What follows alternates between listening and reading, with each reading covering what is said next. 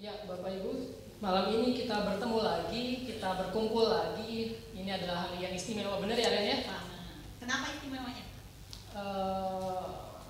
Kenapa istimewa ya? Padahal setiap hari kita ketemu sama orang-orang yang berbeda. Bahkan kamu kuliah pasti ketemu sama orang-orang lain juga kan ya? Tiap hari ketemu sama teman-teman. Ya, kalau mau dikasih ilustrasi sih punya gambar.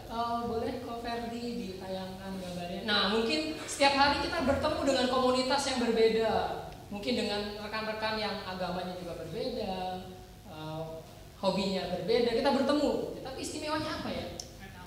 Apa istimewanya hari ini kita ketemu? Apa itu, Pak?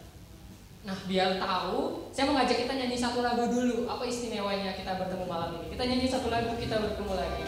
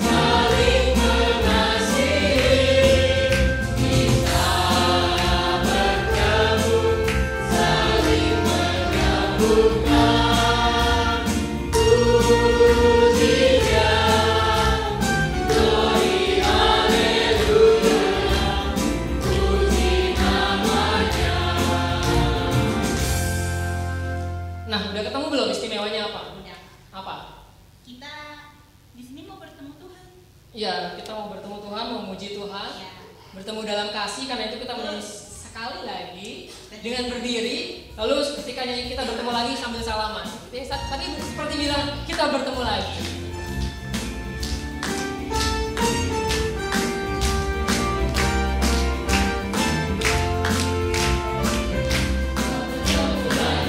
Mari bersalaman kanan dan kirinya.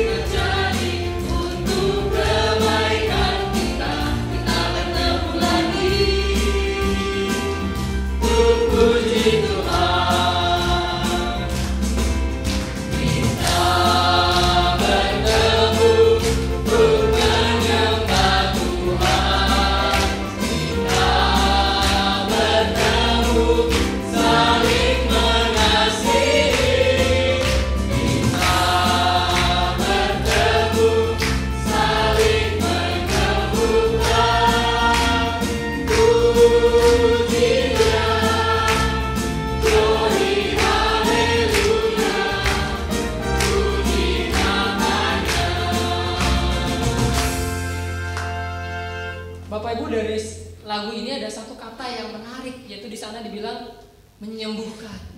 Kita bertemu saling menyembuhkan, gitu ya. Contoh kecilnya apa sih?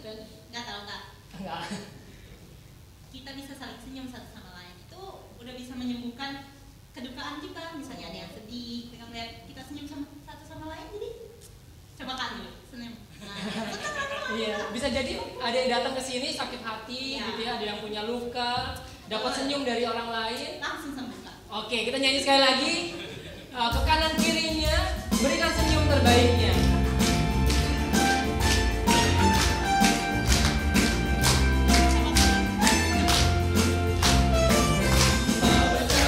Berikan senyumnya ke kanan dan kiri, depan dan ke belakang.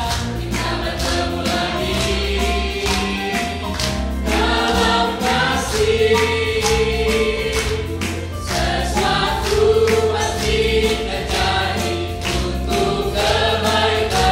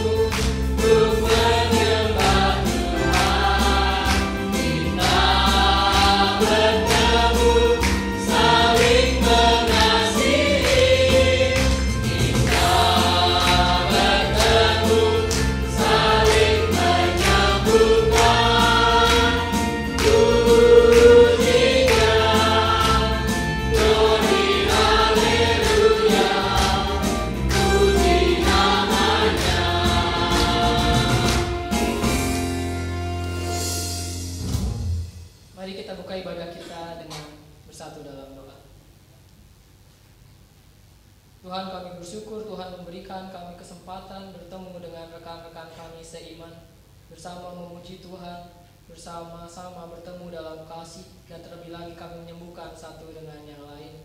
Kami akan memulai ibadah kami, kiranya Tuhan pimpin dari awal hingga akhir.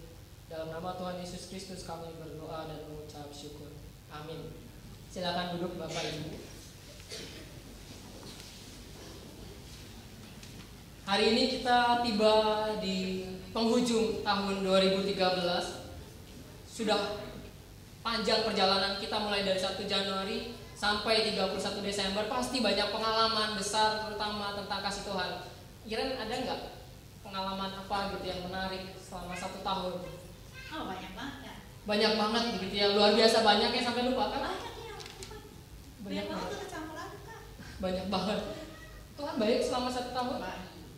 Kalau mau diibaratkan seperti apa, Ren? Seperti lagu yang mau kita nyanyikan. Kita nyanyi lagu Kasihnya Seperti Sungai. Mari kita menyanyikan lagu Kasihnya Seperti Sungai.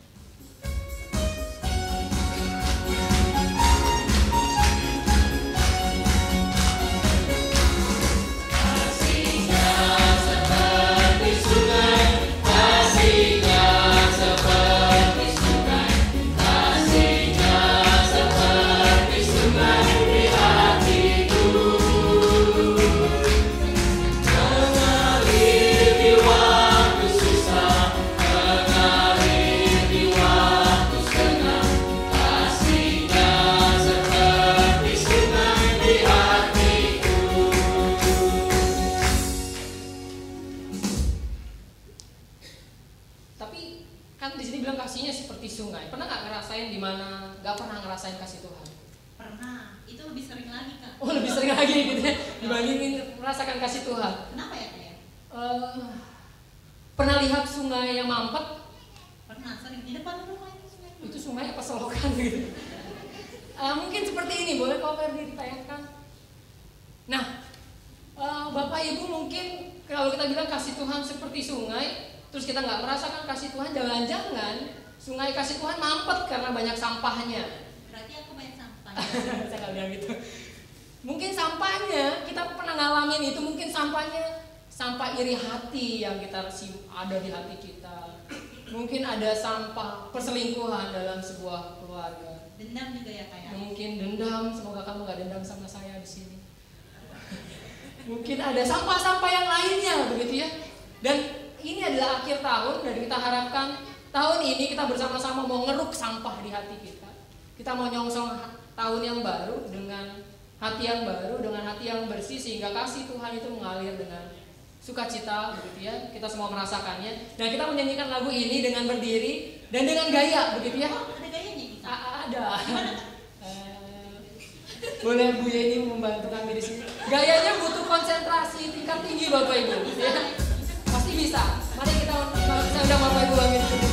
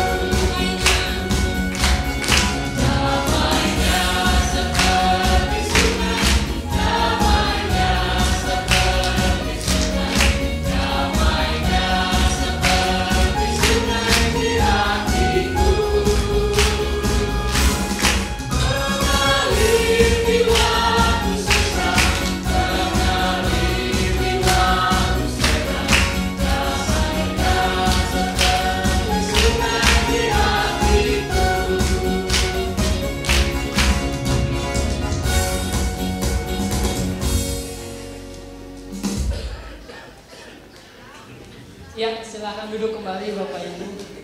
Ini juga ya Kak? Capek juga ya. Kalau sekolah minggu mungkin bisa berkali-kali Bapak Ibu. Ya, tadi agak susah ya gerakannya. Tapi mungkin membawa kasih Tuhan jauh lebih susah Bapak Ibu dibandingkan hanya memperagakan. Tadi banyak halangannya, banyak hambatannya. Tapi kalau mau pasti bisa ya kan ya. Iya. Kita mau dengerin beberapa kisah dari rekan-rekan kita, saudara-saudari kita yang mengalami kasih Tuhan selama 1 tahun. Bagaimana perjalanannya, perjuangannya ketika mereka melayani di gereja, apa halangannya, hambatannya, menyampaikan kasih Tuhan. Pasti jauh lebih sulit dibandingkan hanya tepok-tepok itu gitu ya. Kita mau minta siapa ya? Kita mau minta Bapak Ibu, kalau kita lihat mulai dari bulan keluarga, lalu masa Advent gitu ya, masa-masa Advent sampai saat ini kita ya ada satu panitia yang bekerja keras di sana dan dikepalai oleh seorang ibu negara gitu ya, namanya Ibu Joneka. Kita mau dengar bagaimana perjalanannya, suka dukanya, apa hambatannya, apa dia yang mau diceritain terserah begitu ya. Yang jelas bagaimana pengalamannya selama dan setelah ini Bapak Ibu, Bu Joneka masih harus memikirkan Paskah, padahal masih April begitu ya, tapi masih harus dipikirkan dari sekarang. Berarti kan ada perjalanan panjang untuk menyampaikan kasih Tuhan, butuh perjuangan. Saya persilakan pada Bu Joneka untuk menyampaikan kisahnya.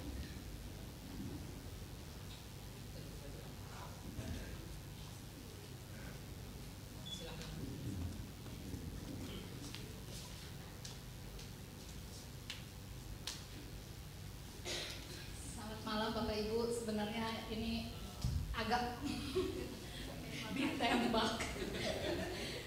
Puji Tuhan, tahun ini masuk tahun kelima sejak saya divonis kanker tahun 21 Oktober 2008. Waktu itu dokter Singapura dan dokter Jakarta menyatakan tidak lebih dari 3 sampai 6 bulan, tapi sampai hari ini sudah 5 tahun. Jadi kalau saya hitung Tuhan, kalau saya hitung hari-hari yang Tuhan berikan begitu indah, panjang. Saya berpikir tadinya waktu menjadi ketua PH2BG rasanya another job. Tapi kalau Tuhan bilang ke kita, dia cuma sebenarnya kalau hari Minggu Bapak Ibu sediakan waktu 1 jam di gereja, waktu yang Tuhan berikan ke kita lebih dari itu. Kalau Tuhan balik, Tuhan bilang 5 hari kerja itu buat Tuhan, yang 1 hari itu ke kantor. Bagaimana rasanya? Jadi untuk saya itu mau menolak juga enggak. Jadi waktu dipilih di antara kita bersedia menjadi seperti Bapak Ibu cek di warta tiap kali penambahan anggota PH2BG sangat lambat. Jadi waktu di antara kita rapat dan ditentukan diminta untuk jadi ketua, saya tadinya tidak mau, tapi karena Tuhan kasih umur begitu panjang, jadi saya tidak pernah menolak untuk apa yang Tuhan berikan. Saya selalu bilang, Tuhan, saya tidak pandai menyanyi, saya tidak punya ide kreatif seperti Yael, Siska, dan teman-teman yang lain. Saya tidak bisa apa-apa, saya cuma bisa melakukan apa yang Tuhan ingin saya lakukan. Lalu pada saat berjalannya, seperti Bapak Ibu tahu, saya tidak tinggal di daerah sini, saya tinggal di Rawamangun, saya bekerja di Kuningan. Setiap kali harus menghadapi rapat, rasanya apalagi dengan kondisi jalan seperti ini, di tengah jalan selalu rasanya saya mau membuat alasan, maaf macet, bisa nggak ya rapat tanpa saya, rasanya seperti itu. Dan waktu sudah berjalan, kaki rasanya saya mau bilang, ya boleh nggak ya saya melepas tanggung jawab ini karena macet, saya tidak sanggup sampai di sini. Tapi selalu kata hati di belakang menyatakan, Tuhan kasih begitu banyak, masa hanya melakukan rapat. Kita hebat banget ya panitianya, 1 kali dalam 2 minggu. 2 minggu satu kali. 2 minggu satu kali hanya 2 jam. Tidak ada yang mengganggu aktivitas kerja kita, tidak ada yang mengganggu tanggung jawab kita di keluarga, tidak ada yang mengganggu apa-apa. Tuhan sediakan itu. Kita jalani dan setiap kali ditanya dengan teman-teman, besok acaranya apa? Minggu Advent kesekian acaranya apa? Saya selalu bilang bahwa kita melakukannya step by step. Hari ini, minggu kemarin baru selesai dilakukan. Jadi itu yang kita lakukan. Puji Tuhan, seperti saudara mungkin lihat waktu malam Natal, syukur pada teman-teman yang mau membantu, walaupun tidak terdaftar di dalam kepanitiaan, tapi sudah mendukung kita. Natal boleh berjalan dengan sukses. Acara malam tahun ini kita sediakan seperti apa adanya. Saya harap Bapak Ibu juga merasakan berkat Tuhan. Jadi jika nanti pada waktunya Tuhan minta, Bapak Ibu sediakanlah waktu Tuhan, karena kalau ditukar dengan vonis yang diberikan dan umur panjang yang Tuhan tambahkan, itu sesuatu yang wow, thanks for everything. Kita nggak akan bisa bilang, Tuhan saya nggak mau terima tanggung jawab ini, tapi Tuhan kasih kekuatan sehingga kita bisa melakukannya itu selangkah demi selangkah. Mungkin itu aja dari saya. Terima kasih Bu Judeka atas kisahnya. Bapak Ibu, kita belajar hari ini Bu Judeka jauh-jauh begitu ya, masih mau. Iya, nggak sedekat rumahnya Iren ya. Tinggal dekat sekali. Butuh perjuangan Bapak Ibu untuk menyalurkan kasih Tuhan. Kita mau dengar lagi kisah dari tadi kan dari Bu Judeka begitu ya. Kita dengar yang lebih mudahan dikit deh ya. Dikit banyak ya. Dikit lah. Dikit ya. Kita dengar dari Cik Marina. Bagaimana Cik Marina melayani di pemuda yang katanya pemuda itu susah ya Cik ya. Ya bagaimana pelayanannya, bagaimana perjuangannya, bagaimana ya mau cerita apa boleh dah gitu ya. Silakan Cik. Sebenarnya bingung juga sih mungkin intinya sih soal pemuda ya. Mungkin kayak pokoknya rata-rata kita mungkin tahu kayak pemuda kita tuh GKK Polri tuh kayak apa, maksudnya sepinya gimana, terus gimana perjuangan kita tuh tiap hari tuh pastinya pengurus udah pasti jadi pengen ibadah gitu.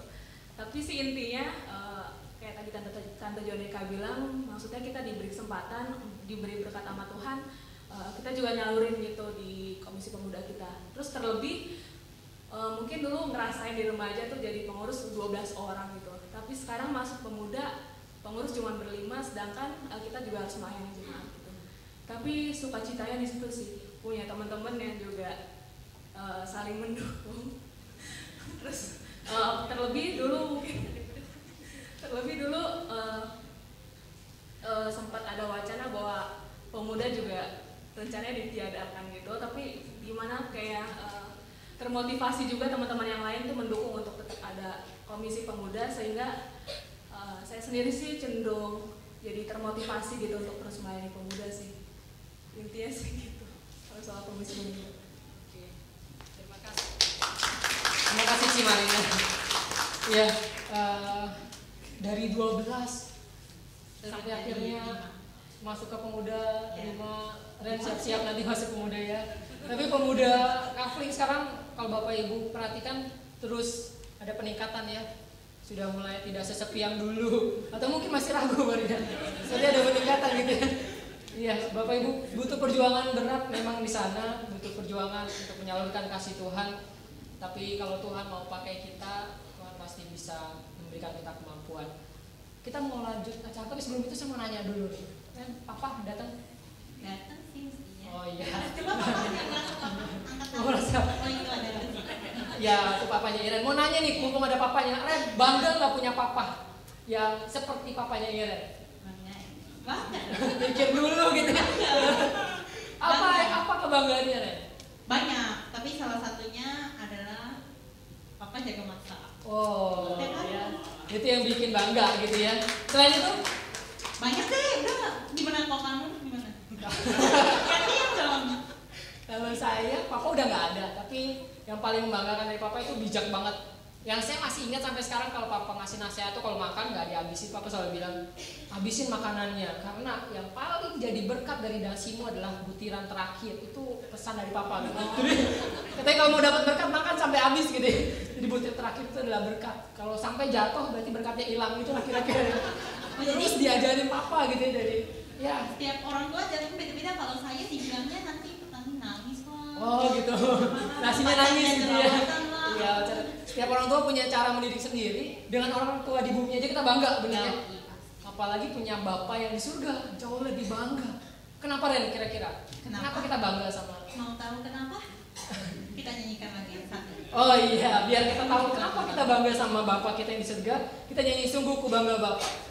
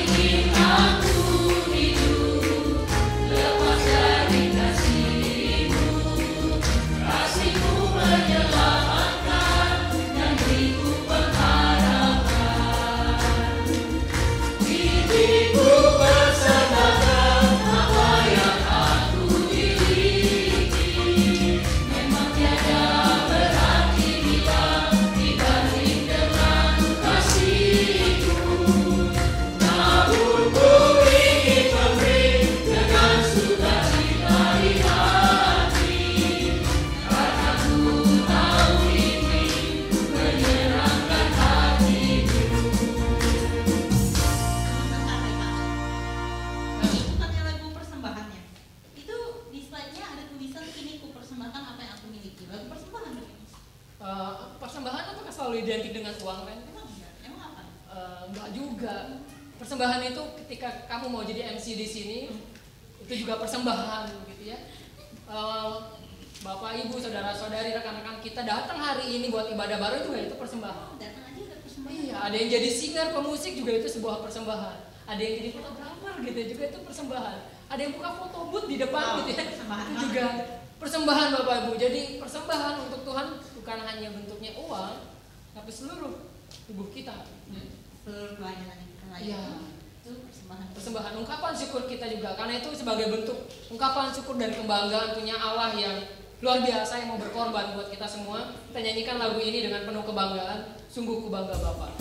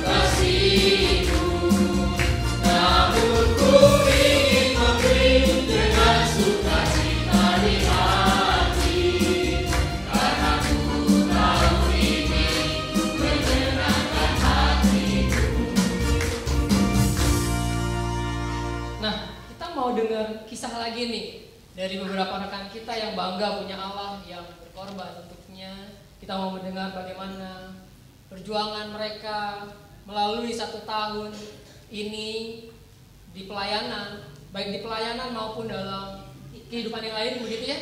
Kita mau panggil Pak Rudianto gitu ya, perwakilan dari Penatua GKI Kapolri. Bapak Ibu, jadi penatua itu berat, tapi kita akan dengarkan menyenangkan atau tidak begitu ya. Mari saya persilakan kepada Pak. Terima kasih. Saya ditodong juga. Nggak siap juga, jauh-jauh katanya, tapi ditodong. Baik, namanya penatua atau namanya badan pelayanan atau namanya jadi panitia seperti Bu Joneka, menurut saya sama-sama saja. Malah menurut saya jadi penatua itu lebih ringan karena banyak dibantu oleh badan-badan pelayanan. Kami dibantu oleh pemuda, kami dibantu oleh anak, kita dibantu semuanya. Menurut saya jadi penatua bukan sesuatu yang status atau apa, sama sekali tidak. Justru sebagai penatua, bagaimana kita mau melayani, itu yang saya rasakan. Saya maka itu pada waktu diminta untuk melayani di penatua, ya sudah, oke sajalah. Ya. Padahal pada saat itu di bidang pelayanan saya, di bidang kesaksian dan pelayanan, itu rekan-rekannya jauh semua rumahnya. Yang namanya Pak Adam rumahnya di Karawaci, yang namanya Pak Karel rumahnya di Tangerang, yang namanya Pak Arwinto rumahnya di Tebet. Dulu ada Pak Budianto rumahnya di Permata Buana. Jadi saya satu-satunya yang di Kapling Polri waktu itu. Sekarang saya juga harus pindah ke Gading Serpong. Jadi gak ada teman di ini ya. Jadi kalau mau mengumpulkan mereka nggak mudah. Itu suka dukanya. Tetapi saya merasa melayani itu adalah banyak sukanya. Karenanya kalau nanti dipilih jadi penatua, silahkan, mari kita bergabung. Jangan lari karena di GKI itu susah sekali untuk dapatkan penatua. Mau didatangi diminta jadi penatua itu rasanya repot sekali. Susah untuk dapetin penatua. Jadi saya pikir mudah-mudahan marilah kita sama-sama melayani di bidang apapun kita, di bidang mau di bidang panitia, mau di pelayanan badan pelayanan. Saya pikir semuanya menarik karena kita melayani Tuhan, kita melayani jemaat. Sebetulnya yang jadi raja itu kan jemaatnya ya, umat lah yang menurut saya perlu kita perhatikan sarannya, kritiknya dan lain sebagainya. Nah kita sebagai pengurus gereja ini kan yang harus bisa ngayomi semuanya, harus bisa menerima kritik, menerima masukan, bagaimana kita harus melakukan yang terbaik, karena kita juga ada batasan-batasan takdir-takdir gereja yang mau nggak mau menjadi acuan kita. Kadang-kadang serasa kok majelisnya kaku dan lain sebagainya. Sebetulnya kami nggak kaku. Majelis jemaat di GKI Kapling Polri ini pada waktu kami sendiri dibina oleh bina warga. Nah itu bina warga membina kita di majelis-majelis. Kita kumpul di sana dibina.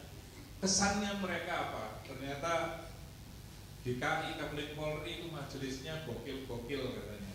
Yang disuruh serius, sangat serius, disuruh candanya kelewat juga. Gitu. Jadi disuruh main, dibuat permainan, kita serius main itu. Betul-betul kita fight main. Jadi betul-betul kita dikasih persoalan, kita benar-benar melakukan persoalan itu dengan segala analisa yang sebaik mungkin. Jadi mungkin nggak ada yang seperti itu, sehingga yang bina aja bilang kompak banget, kompak dan bagus. Jadi karenanya silakanlah kalau nanti dipanggil jadi penatua, saya mengharapkan Bapak Ibu Saudara untuk cepat-cepat bersedia. Oke, saya bersedia untuk duduk di penatuaan. Terima kasih sudah berkati. Bapak Ibu, demikian pesan dari Pak Rudi. Kalau nanti didatangi, diminta untuk jadi penatua, maka bersiap-siaplah untuk menjawab, oke, kami bersedia, gitu ya. Ya, ada satu lagi, tadi kan penatua, gitu ya. Kalau tadi kan Bu Joneka, lalu ada yang umurnya tidak beda jauh, begitu ya. Kali ini beda jauh Pak sama Pak Rudi? Enggak juga. Enggak juga. Lumayan Gitu. Dikit ya, dikit. Ya, kita mau mendengarkan kisah dari Kokoh Kristia yang jauh ya, Ko ya. Kita mau bagaimana perjuangannya, bagaimana selama 1 tahun ini. Kok Christian sekarang sedang berkuliah di Jogja ya kok ya? Bagaimana di Jogja sana kuliah berbeda dengan iklim Indonesia? Oke, kita dengerin aja deh. Silakan kok.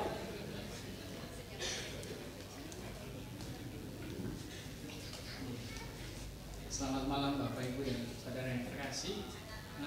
Ya biasa kebiasaan MC di sini suka nembak.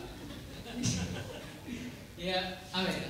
Saya mungkin tidak akan mencoba menceritakan seberapa banyak cinta kasih Tuhan dalam kehidupan saya. Ya, karena kalau saya mau menghitung 365 hari, nggak akan cukup yang saya harus tuliskan. Saya yakin Bapak Ibu dan saudara demikian juga pasti banyak mengalami ya kasih sayang Tuhan, mujizat yang Tuhan kasih. Seringkali orang memandang sebuah berkat kalau Tuhan berikan sedemikian besar, baru itu namanya berkat. Tapi malam hari ini saya mau berbagi bagaimana sebuah perspektif yang berbeda. Saya berbagi ketika saya menjumpai orang lain yang di luar sana, karena selama ini saya banyak sekali diberkati ketika saya harus menjumpai orang di luar sana. Saya mau menceritakan seorang bapak, dia di sebuah jemaat, dia hanya berprofesi sebagai seorang tukang tahu keliling yang setiap pagi sampai hingga sore hari harus berjualan tahu dengan sepeda ontel. Dia harus berkeliling. Tetapi apa yang menarik bagi saya ketika saya melihat dari bapak si tukang tahu ini, setiap hari Senin dia selalu tidak lupa untuk datang doa malam di sebuah gereja. Dengan keterbatasannya untuk membaca Alkitab, dia selalu memperlengkapi dirinya dengan sebuah kaca pembesar untuk membaca Alkitab. Saya melihat bagaimana bapak ini gigih sekali. Dia mau datang setiap hari Senin. Mungkin kalau di gereja, mungkin bukan hanya di KP Polri, di banyak gereja yang namanya untuk doa malam atau doa pagi, saya yakin tidak lebih dari 10% dari anggota jemaatnya. Betul? Kurang dari 10%, makanya tidak pernah lebih dari, bahkan 10% adalah angka yang sudah terlalu besar. Tetapi bapak ini selalu giat. Dia membaca saja, saya pikir tidak mudah. Tetapi dengan ketulusan hatinya dia selalu. Lalu saya mencoba juga menceritakan bercerita tentang latar belakang si bapak, bagaimana hidup keluarganya pun tidak seharmonis mungkin keluarga kita yang di sini. Dia harus membesarkan anaknya dengan seorang diri, bahkan anaknya ini perempuan, sudah menikah, tetapi dia harus berpisah juga karena suaminya selingkuh. Di menantunya ini selingkuh. Saya melihat bapak ini selalu dengan sukacita ketika datang ke gereja. Dia mau dengan serius mendengarkan firman Tuhan dan segala macamnya. Ini mungkin hal yang sederhana buat kita, akan selalu menjumpai banyak orang di luar sana. Tetapi bagi saya bisa melihat dari kehidupan orang lain, saya pun bisa belajar sesuatu. Dari keterbatasan orang lain, saya bisa melihat bagaimana saya jauh lebih beruntung. Ketika kita hanya berorientasi pada diri sendiri, kita nggak akan pernah puas.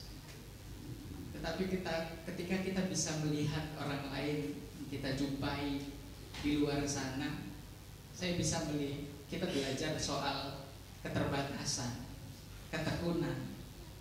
Selama ini itu yang saya pelajari. Bukan saya pernah bersama-sama komunitas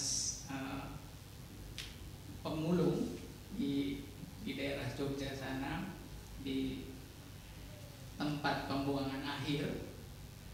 Mereka hidup di tengah-tengah sampah yang sekarang Jakarta sudah menjadi permasalahan utama, sampah rumah tangga. Tetapi di sana mereka harus hidup, mereka tinggal di sana bersama anak-anak mereka. Bahkan ketika hujan turun, kondisi yang bau, basah, lecek, ketika mereka harus mau makan, mereka tinggal cuci tangan, ambil air di bawah genangan air itu, dan mereka menikmati hal itu.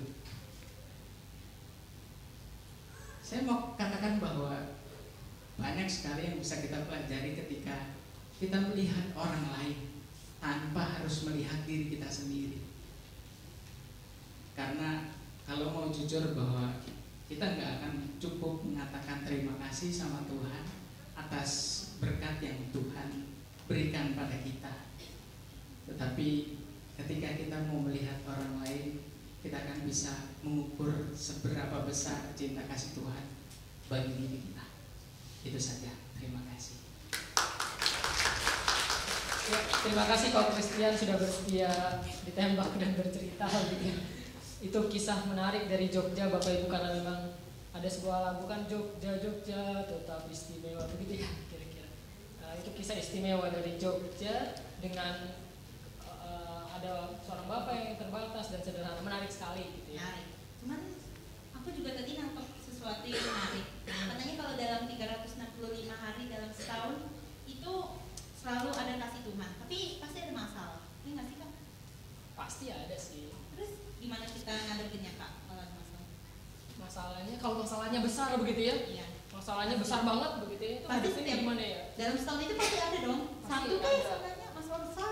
Gimana Kak? Mungkin Bapak Ibu pernah ngalamin di satu tahun pasti ada masalah besar, mungkin masalah di rumah tangga gitu ya, masalah ekonomi, Ya. pasti ada masalah besar luar Pergaulan. biasa, pergaulan gitu ya. Cinta. Gimana cara ngadepinnya ya? Nah, Ada di lagu ini gitu ya. Di lagu ini sepertinya akan menjawab bagaimana menghadapi masalah yang besar banget, bahkan sebesar topan pun. Kita nyanyi bila topan keras melanda hidupmu.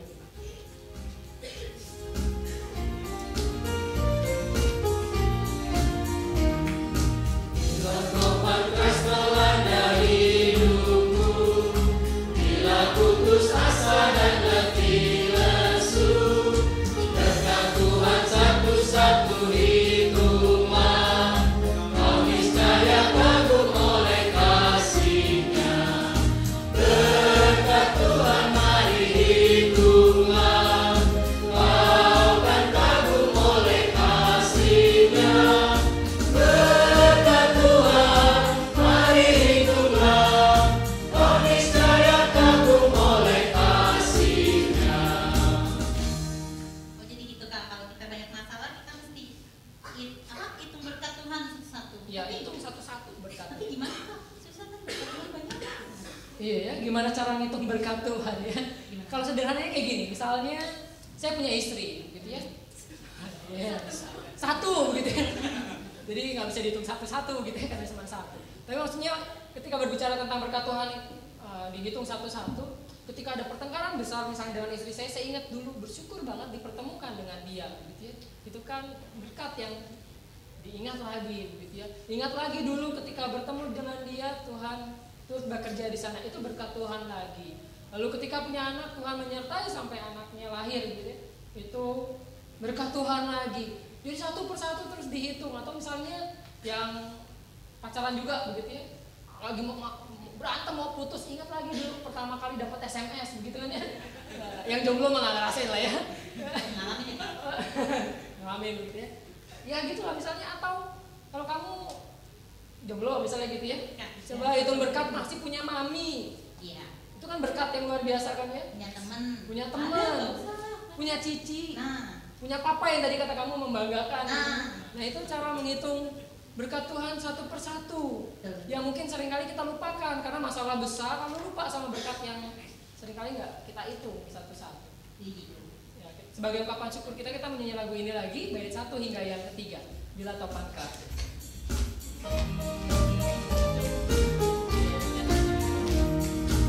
Bila topan keras melanda hidupku, bila putus asa dan letih lesu, berkat Tuhan satu-satu hitunglah, kau niscaya kagum oleh kasih-Nya.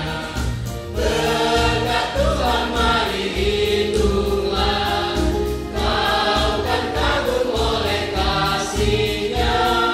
Berkat Tuhan mari hitunglah, kau niscaya kagum oleh kasih-Nya. Adakah hebat?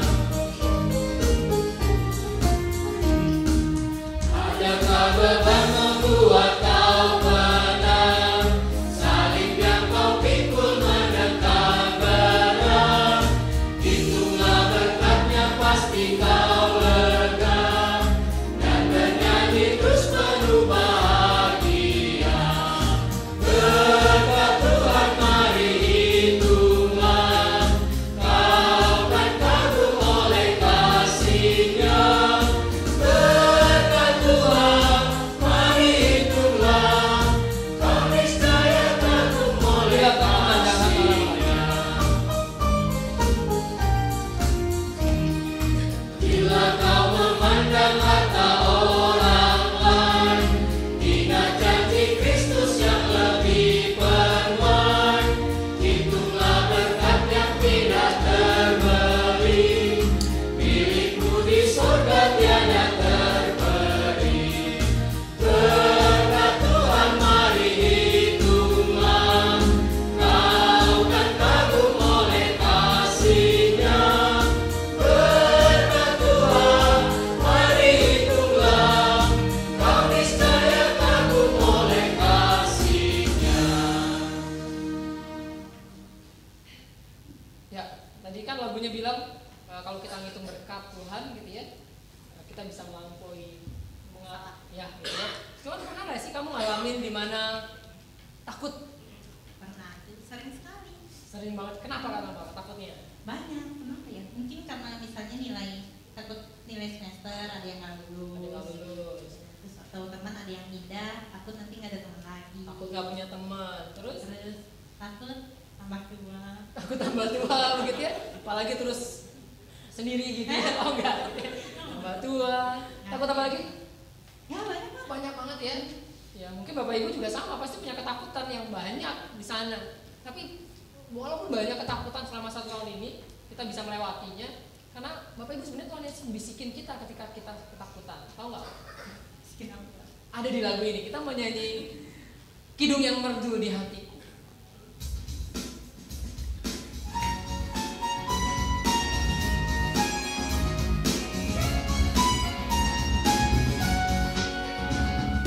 Hidup yang merdu di hatiku, Yesus membisikkannya. Jangan takut, ku bersamamu dalam kerja dunia. Yesus, nama Yesus, indah dan merdu, memberikan hidup yang mengisi hidupku. Nah, udah tahu belum? Yesus bisikin apa? Udah. Apa? Jangan takut, ku bersamamu dalam kancah dunia. Berarti Tuhan Yesus selalu bersama kita 365 hari. atau 366. Ya, tergantung tahun apa gitu ya. Iya, jadi Bapak Ibu tadi kata lagunya Yesus membisikkan jangan takut. Dalam keadaan ketakutan seperti apapun Tuhan Yesus bersama dengan kita selama 1 tahun. Sebentar lagi kita akan menyelesaikan tahun 2013. Pasti banyak ketakutan juga yang akan menghampiri gitu ya. Entahlah takut apa itu. Mungkin saat ini juga kita sedang memikirkan nanti 1 Januari akan ada apa gitu ya. Entahlah, tapi percayalah tadi seperti yang sudah dibisikkan oleh Yesus, Yesus bersama dengan kita. Bahkan di tahun 2014 juga. Kita menyanyikan lagu ini sekali lagi, baik 1, kedua, dan yang keempat.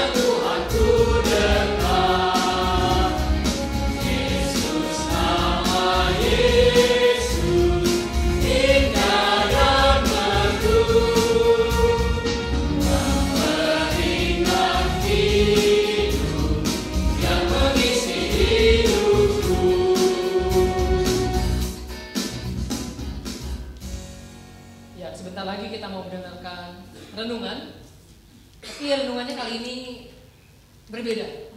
Apa bedanya?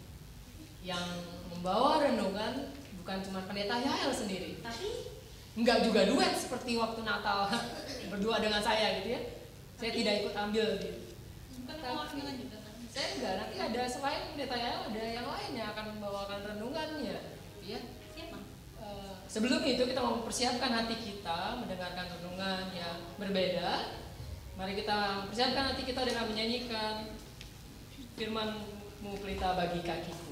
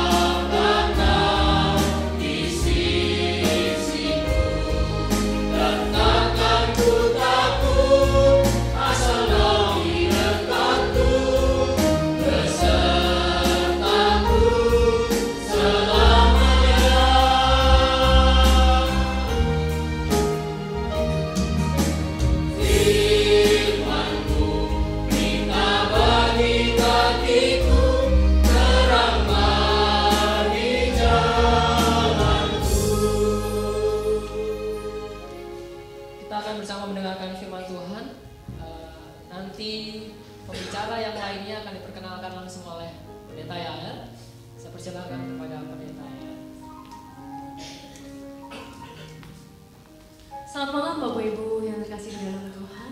Senang sekali bisa berjumpa kita semua di tempat ini malam hari ini.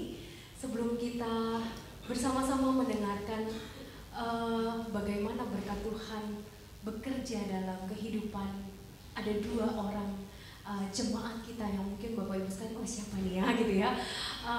Ada yang mungkin sudah kenal, ada yang mungkin belum kenal gitu ya. Siapa ya, cuma dengar-dengar namanya atau mungkin tidak, kayaknya belum pernah kedengeran namanya misalnya begitu ya.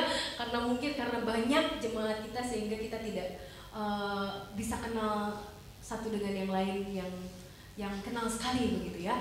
Tapi hari ini kita mau belajar dari mereka tentang berkat Tuhan. Namun sebelumnya mari kita berdoa. Kami mengucap syukur untuk kebaikan Tuhan di sepanjang tahun ini. Kami mengucap syukur untuk setiap berkat Tuhan yang sungguh banyak dalam kehidupan kami. Tapi hari ini kami juga mau belajar tentang bagaimana kami seharusnya belajar melihat berkat Tuhan itu. Dari perspektif yang seperti apa kami harus melihat berkat Tuhan itu. Dan biarlah hari ini kami dapat melihat sepanjang kehidupan kami 1 tahun yang telah Tuhan pimpin selama tahun 2013, kami melihat bahwa berkat Tuhan lebih dari yang pernah kami bayangkan selama ini. Terima kasih ya Tuhan Yesus, kiranya Roh Kudus-Mu juga yang berbicara lewat saudara-saudara kami ini, agar saudara-saudara kami ini juga dapat membantu kami untuk melihat bahwa kehidupan kami sungguh diberkati melalui kesaksian hidup mereka. Hanya di dalam nama Tuhan Yesus Kristus kami memohon pimpinan-Mu, hikmat-Mu, bijak-Mu, sukacita dan damai-Mu. Dalam nama Tuhan Yesus Kristus kami berdoa dan mengucap syukur. Amin.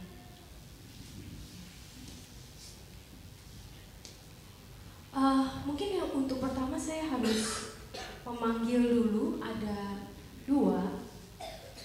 Oh berarti 1. Oh gitu ya, 1. Yang satunya gak jadi gitu ya. 1, Bapak Ibu sekalian pernah mendengar nama Ibu Lisna? Ada yang pernah mendengar nama Ibu Lisna? Wah ya, jangan-jangan ini pada gak kenal semua nih ya. Hari ini kita mau belajar dari kisah yang luar biasa dari seorang Ibu Lisna Sitorus. Saya mengundang Ibu Lisna untuk bisa hadir di depan bersama dengan kita. Didampingi Bapak boleh begitu ya. Silakan Bapak Aristo Sitorus juga untuk ke depan. Terima kasih. Silakan duduk. Jadi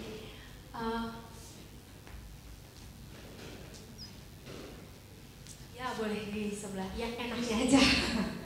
Enaknya aja. Ya Bapak Ibu, inilah kenalan dulu ya. Mungkin selama ini mungkin hanya sekedar sapa, senyum begitu ya. Di hari Minggu karena kesibukan, rumah juga agak jauh ya Bu ya, di Palmerah, Ibu. Petamburan begitu. Jadi mungkin di dalam aktivitas-aktivitas gerejawi yang hari-hari jarang untuk bisa hadir di sini ya karena ada pekerjaan dan lain sebagainya. Tapi hari ini kita mau mengenal lebih dekat saudara kita ini. Boleh sebut nama lengkapnya ini ya.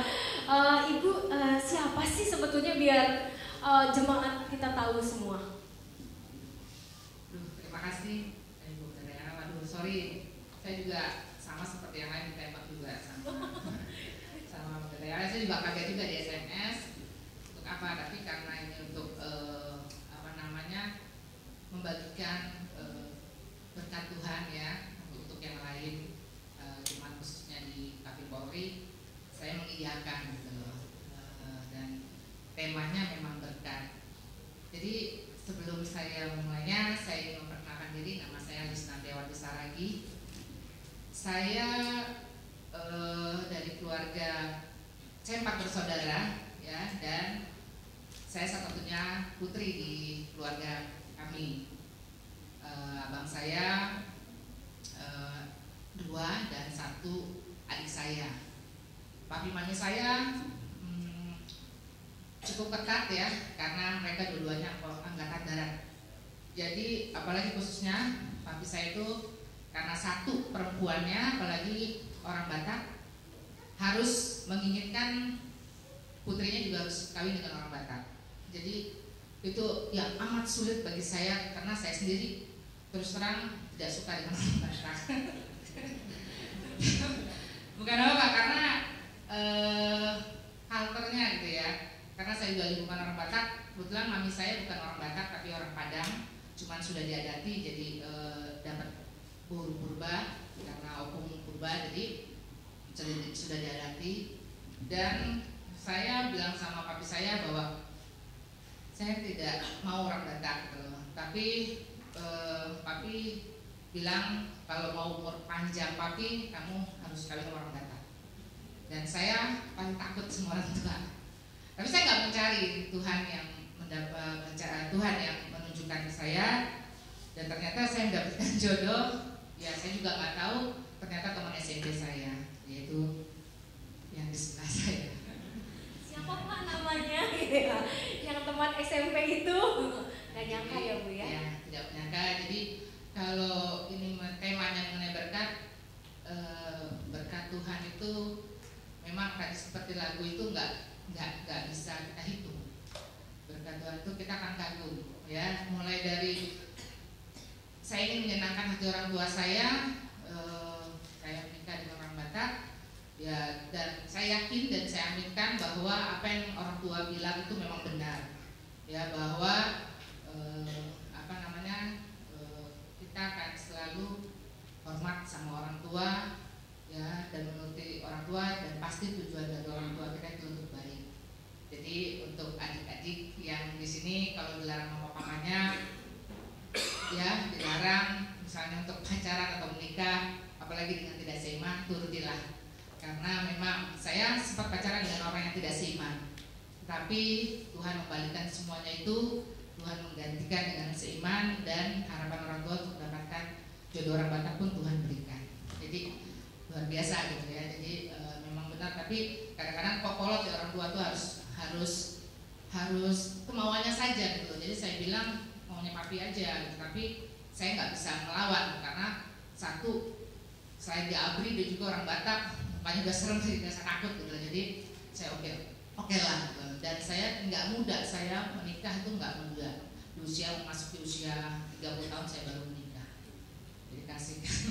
Jadi Bu begini, kan tadi Ibu bilang bahwa Ibu adalah seorang yang tidak suka dengan orang Batak gitu ya. Dapatnya sekarang orang Batak begitu. Apakah ini akhirnya ketika sudah menjalani pernikahan berapa tahun Bu? Sudah menikah? Saya sekarang masuk 14 tahun. Masuk 14 tahun. Yang mau saya tahu adalah merasa sekarang dapat orang Batak ini menjadi berkat. Apakah Bapak yang Batak ini gitu ya, Pak Aristo ini bisa menjadi berkat buat Ibu, atau ya udahlah karena orang tua pengen Batak kebetulan dapat gitu ya, teman lagi begitu ya. Tapi apakah betul Ibu merasa bahwa seorang Pak Aristo menjadi berkat juga yang luar biasa ya? Ya, karena memang dulu sih memang kalau SMP kita udah pacaran monyet, udah tidak kita monyet. Iya, jadi ya saya juga gak mengerti ya jalan Tuhan. Itu juga singkat sekali. Saya pacaran dengan anak ini bukan setahun 2 tahun, tapi hanya 3 bulan. 3 bulan karena usia saya juga udah tidak muda lagi, saya bilang ke anak saya bilang sama papinya anak bahwa saya bukan mencari pacar. Kalau kamu memang suka sama saya, ya kamu namanya to the point ya. Orang bilang tuh BTL, baru tembak langsung. Jadi saya lakukan itu, saya BTL. Dan ternyata responnya dia kaget, karena terus terang dari pihaknya suami juga ada saya atau ipar saya itu yang belum menikah. Jadi ada suatu hambatan juga ya, bahwa kan tidak baik apalagi dia laki-laki ya, melangkahi perempuan juga tidak baik. Tapi saya nggak mengerti juga, akhirnya ipar saya atau eda saya itu mengizinkan gitu loh.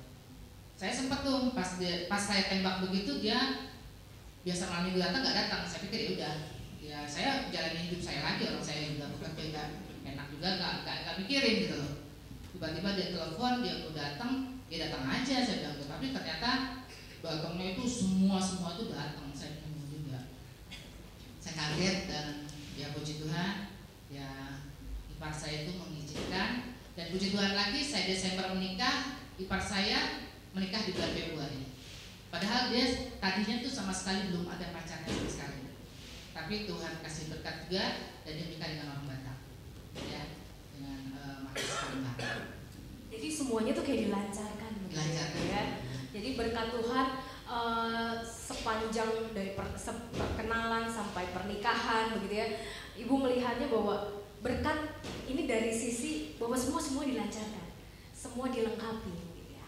Nah, baru-baru ini Ibu dikaruniai seorang putri cantik ya. Ada sebuah perjuangan Bapak Ibu sekalian yang cukup membuat hati takut begitu ya. Aduh, putri saya kenapa begitu ya? Karena ada sebuah apa ya Bu ya, jadinya bilangnya ada sebuah hambatan lah dalam tanda kutip ya di dalam tumbuh kembang, sehingga putri ini kemudian mengalami gangguan kesehatan ketika dari sejak kandungan atau Ya. dari Enggak, sejak musik ya. enggak ya, begitu pas lahir ya. Nah, boleh diceritakan bagaimana Ibu melihat bahwa putri yang dinantikan ini sebagai berkat Tuhan ternyata mengalami gangguan. Ya, karena ini di penghujung tahun 2013, memang ini berkat Tuhan yang luar biasa Tuhan berikan kepada kami.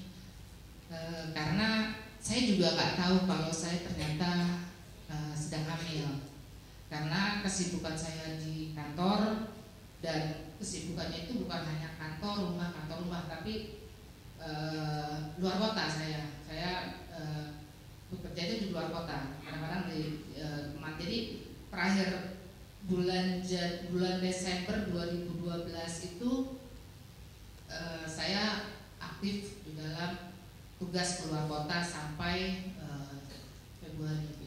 Jadi sampai Februari itu saya pulang pergi Jambi, Pekanbaru, Palembang, pokoknya Sumatera. Jadi aktif, jadi saya nggak tahu. Tiba-tiba terus bulan Januari kan banjir, dan kebetulan rumah kami di Petamburan itu adalah rumah yang selalu dihinggapi dan selalu menjadi pelanggan daripada pelanggan setia untuk banjir. Jadi kami juga ada kakaknya yang putri ini, si Ezra, ya. Jadi kami bawa-bawa dia, kami mengungsi di gereja Katolik karena orang tua saya adalah Katolik, ya. Jadi kami pokoknya saya nggak ngeh gitu, nggak aktif gitu loh. Jadi tiba-tiba saya nggak tahu kalau saya sedang berbadan dua. Dan untuk usia saya pada saat itu saya bukan sekarang ya, sudah 42 tahun. Itu sudah jalan 7 minggu. 7 minggu ternyata saya hamil, dan dokternya juga kaget juga gitu loh. Di usia saya 42 saya hamil, tapi dia juga nggak menyatakan langsung, oh ya positif hamil. Saya disuruh tunggu dulu 2 minggu, dikasih obat. Kalau misalnya ini memang kuat, kalau enggak ya karena ini memang lemah itu kandungannya. Tapi kami berdoa, ya puji Tuhan, pas 2 minggu itu bukan seperti kayak 2 minggu. Itu rasanya 1 detik pun, saya berat banget itu untuk menantikan kontrol berikutnya lagi. Dan ternyata kebetulan dokternya itu orang Batak, ya jadi enak juga ngomongnya. Itu nggak sengaja juga. Jadi nggak sengaja kami dapatkan dokter itu karena dokter saya sebenarnya itu dokter Baharudin. Dia dokter yang sangat di Budi Kemuliaan, itu dokternya antri banget gitu loh. Kalau bisa ke sana tuh saya datang jam 5 sore, pasti saya dipegang jam 9 malam. Tapi karena saya udah lelah, saya bilang, aduh yang mana deh, cepat aja deh, siapa yang kosong? Ada dokter Alwin. Saya juga nggak tahu kalau Alwin itu adalah orang Batak, ternyata dokter Alwin Simanjuntak. Dan kebetulan mama mertua itu kan juga Simanjuntak. Jadi saya kayak confident saja gitu loh. Dokternya juga kaget, berapa usiamu? 42. Hamil kok benar katanya.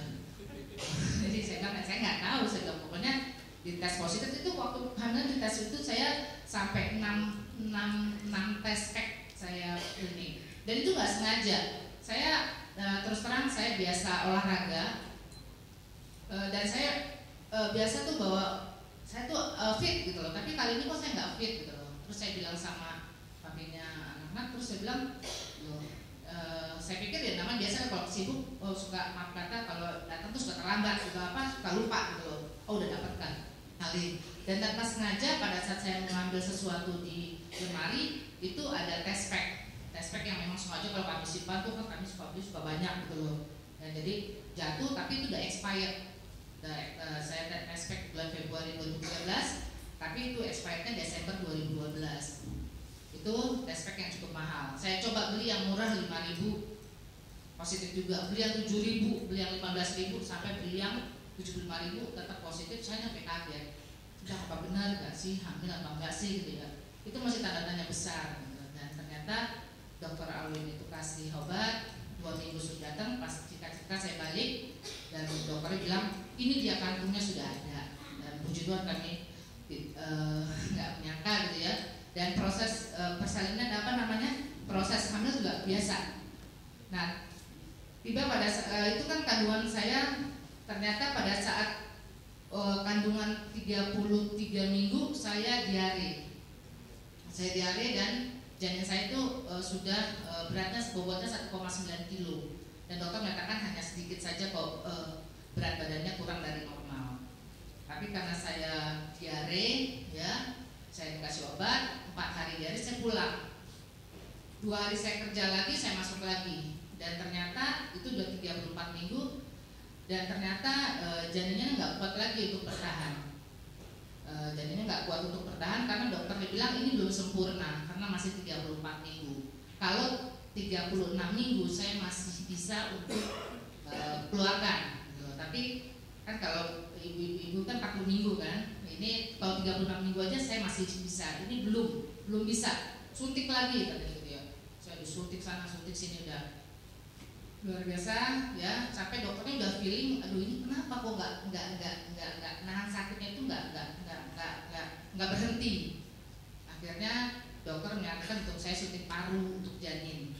Jadi 2 kali, puji Tuhan udah disuntik janin parunya 2 kali ya, dan itu terjadi jam 3:30 dan 6:30. Saya nggak tahu ternyata mules-mulesnya saya pikir diare itu ternyata janin saya, dedek yang ada dalam kandungan saya itu membawa saya ke pembukaan 8. Secara manusiawi, dokter juga udah bilang bahwa saya nggak mungkin melahirkan secara normal. 1, saya mempunyai minus kacamata itu 6,5, 1,6, 6,75. Kedua, usia saya udah bukan anak muda lagi, saya udah 42 tahun. Jadi secara manusiawi saya nggak mungkin melahirkan normal, tapi itu manusiawi. Ternyata Tuhan berkata lain, dedek yang dalam kandungan itu membawa saya ke pembukaan 8. Dan itu dokternya karena itu hari Minggu ya, hari Minggu dokternya biasa mungkin sedang jalan-jalan dan itu sedang ada di Cipinang. Saya udah pembukaan 8. Sampai suster-suster yang lain, dokter itu sudah merefer bahwa kalau saya nggak tepat waktu datang, tolong digantikan dengan dokter lain. Tapi saya nggak mau, dalam hati saya, Tuhan, saya nggak mau dengan dokter lain. Apalagi dokter, ibu nyebut ya. Saya mau nyebut apa? Saya Tuhan Yesus tolong saya. Ibu nyebut aja, astagfirullah. Saya nggak tahu, itu ada suster satu orang Batak juga, dia bilang udah panggil aja Yesusmu, panggil Tuhan Yesus, panggil Tuhan Yesus. Tapi saya bilang saya mau dokter, dalam hati saya mau dokter itu, dokter Alwin gitu, yang membantu proses persalinan saya. Nggak mungkin karena dokter itu masih di Cipinang dan jarak Cipinang ke Budi Kemuliaan itu memakan waktu 1 jam. Mungkin saudara kasih di sini kalau ibu-ibu kan kalau udah pembukaan 8 itu udah tinggal hitung detik, hitung menit gitu ya. Tapi saya nggak tahu kontraksi saya berhenti sampai setengah jam di situ. Jadi dari pembukaan 8 kontraksi saya berhenti sampai dokter Alwi itu datang. Baru saya kontraksi lagi. Saya nggak tahu. Ya, jadi bayangkan udah pembukaan 8, ibaratnya rambut itu udah kata sudah kelihatan. Dan dokternya bilang ini udah nggak bisa lagi operasi sesar lagi, nggak bisa, mana bisa, udah. Dia bilang tolong mau buka matamu, jangan kau pejamkan matamu, karena kan kalau saya mau melahirkan normal itu saya harus minta referensi dokter mata supaya dokter tersebut jangan disalahkan kalau terjadi kebutaan pada diri saya, karena ngeden itu kan luar biasa sekali dan itu saat mata tuh bisa terkontaminasi. Ya, jadi saya sendiri nggak ngerti itu ngeden apa, akhirnya ya singkat cerita sampai suami sendiri yang ikut membantu. Dia udah bilang saya nggak akan ikut melihat persalinan baik itu sesar maupun normal, tetapi karena dia udah kejebak di ruangan itu, mau nggak mau suami saya ada di dalam itu dan dia melihat, menyaksikan ya betapa dahsyatnya kita sebagai seorang wanita untuk memperjuangkan hidup ya, melahirkan anak-anak gitu. Jadi Tuhan sungguh baik ya. Saya melahirkan secara normal ya, dan dedeknya menangis. Saya nggak peduli karena dedek itu cuma hanya 1,5 kilo. Jadi 1,5 kilo, dan saya nggak sadar suami yang ngikutin bayi itu, sampai suami sempat marah karena bayi itu ditaruh di kantong plastik, dan memang seperti itu gitu loh. Jadi putri kami itu lahir dengan bobot yang cukup lumayan, 1,5 kilo dengan 34 minggu ya, dan gak berhenti sampai di situ saja. Dia harus di inkubator ya, masuk ke ruang NICU, ruang ICU untuk bayi. Dan pada saat di sana dia terkena virus. Virusnya itu yang memakan daya tahan tubuh dia. Kita nggak bisa bicara apa-apa lagi karena bayi itu kan bayi prematur. Nah, saya ambil hikmatnya saja bahwa Tuhan itu baik banget. Waktu saya dikasih melahirkan normal. Jadi kalau normal kan begitu selesai persalinan, saya langsung boleh pulang gitu loh. Kalau sesar kan lama gitu ya, karena mungkin harus mengalami proses jahit segala macam ya. Kalau saya enggak, karena saya udah pembukaan 8, saya jahitannya hanya 3. Terus besoknya udah, dokter bilang udah bangun kau, mandi kau, lihat anakmu gitu ya. Oh, bangkitkan anakmu itu, kau ini kan anakmu, kau kasih semangat anakmu itu. Karena dokter Alun itu hanya ke saya saja ibunya. Anak saya dialihkan lagi ke dokter lain, ke dokter spesialis anak. Dan kebetulan dokter spesialis anak itu bukan orang Kristen, orang Palembang, dan juga taat banget dengan agamanya. Jadi dia bilang, ibu, anak ibu, ya kita hanya bisa berdoa saja gitu loh. Jadi nggak ada lagi gitu loh, karena dia kena virus, nggak tahu virus dari mana, dan dia membutuhkan transfusi. Mungkin bapak-bapak ibu di sini bayangkan bayi belum ada seminggu harus ditransfusi sel darah putihnya karena dia trombositnya turun. Normalnya trombosit itu 150.000, dia 15.000. Jadi kita menunggu sel darah putih yang sama dengan dia, dan golongan darahnya kan cukup susah, yaitu B, sama dengan saya. Satu lagi juga Tuhan baik banget, dia golongan darahnya sama dengan saya. Kalau berbeda mungkin dia kena kuning juga, tapi karena sama dengan saya, jadi kuningnya itu tidak terjadi, tapi virus itu. Dan saya menanyakan kenapa bisa terjadi virus ya dok? Ya kita nggak tahu, karena ini bayi prematur, bayi yang rentan dengan segala hal. Apa yang harus dilakukan ya dok supaya menyelamatkan diri? Hanya doa. Jadi dokter itu tidak bisa memberikan alternatif yang menyenangkan ya, misalnya dengan obat ini. Ibaratnya kan kalau obat kita bisa cari solusinya gimana, dan hanya doa saja. Terus sebelum itu juga dokter menyarankan ibu cek dulu deh administrasinya, jangan sampai nanti ibunya kaget, karena di NICU itu luar biasa sekali biayanya, karena dia juga suntikan segala macam, per hariannya bisa 3-4 juta, dan bayi itu 18 hari di sana. Saya bilang saya udah seperti kayak orang kaya aja, kayak jutawan aja. Saya bilang jangan takut, saya bilang gitu ya, saya akan bayar, saya bilang ya, karena saya yakin Tuhan pasti memenuhi, dan Tuhan pasti menggenapi semuanya. Apalagi sel darah putih juga harus transfusi, cukup mahal juga. Tapi saya nggak khawatir itu gitu loh. Singkat cerita bapak-bapak ibu, karena dokter itu hanya bilang hanya doa saja, dan bayinya adalah bayi kecil yang saya nanti-nantikan, saya luar biasa sekali, nggak bisa putus-putus sampai saya bilang Tuhan kuatkan anakku.